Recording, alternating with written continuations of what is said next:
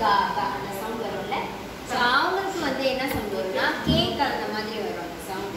Okay, கான்னு சொல்ல மாட்டாங்க. அது மாதிரி ஜியும் கேவும் கலந்த மாதிரி கா, அந்த கா சவுண்ட் தான் வரும். சரியா, ஜி சவுண்டு வராது. ஓகே, ஸோ அது வந்து கா. ஜியும் கேவும் கலந்த மாதிரி ஒரு சவுண்ட். என்ன சொல்லணும்? கா கா கா. வெறும் கால அது வந்து ஜி கலந்து தான் போட்டு गाल नंबर सुने गा सोले केक मैंने के समझ के अर्थ है என்ன வந்து எப்படி ப்ரோனன்ஸ் பண்ணுவோம்? நா நா நா நா நா நம்ம சொல்றேன் என்ன வந்து நா நா நா அடுத்து ஓகே ஈயோ வந்து சா சா சா ஈயோ வந்து டால் யா கா யா டி போட்டுப்பாங்க. ஆனா அந்த சவுண்ட் வந்து டியோ யா டியோ வரும் டியோ வரும். அதே மாதிரி ஜியோ வரும் கேயோ வரும். இது ஜி அண்ட் டி வந்து வித்தியாசப்படும். அடுத்து ஆர் என்ன பண்ணுவீங்க?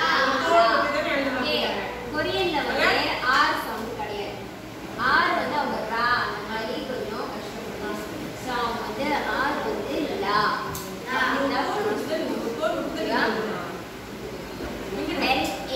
LAR ஆனா மெயின் வந்து லா.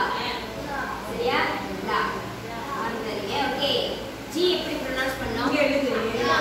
கா. ஓகே, இங்கிலீஷ்ல ஞாபகம் வச்சுக்கோங்க. ஜி ஏ வந்து கா வரப்ப அதை மாத்தி கா அப்படி வரும்.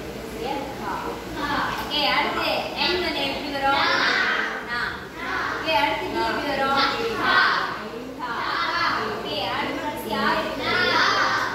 சரியா, ஆர் வந்து அவங்களோட ப்ரோனன்சியேஷன்ல வராது. சரியா, ஓகே, அது எப்படி எழுதணும் பாருங்க. ஜி வந்து எப்படி எழுதிருக்காங்க? எல்ல கரெக்டா?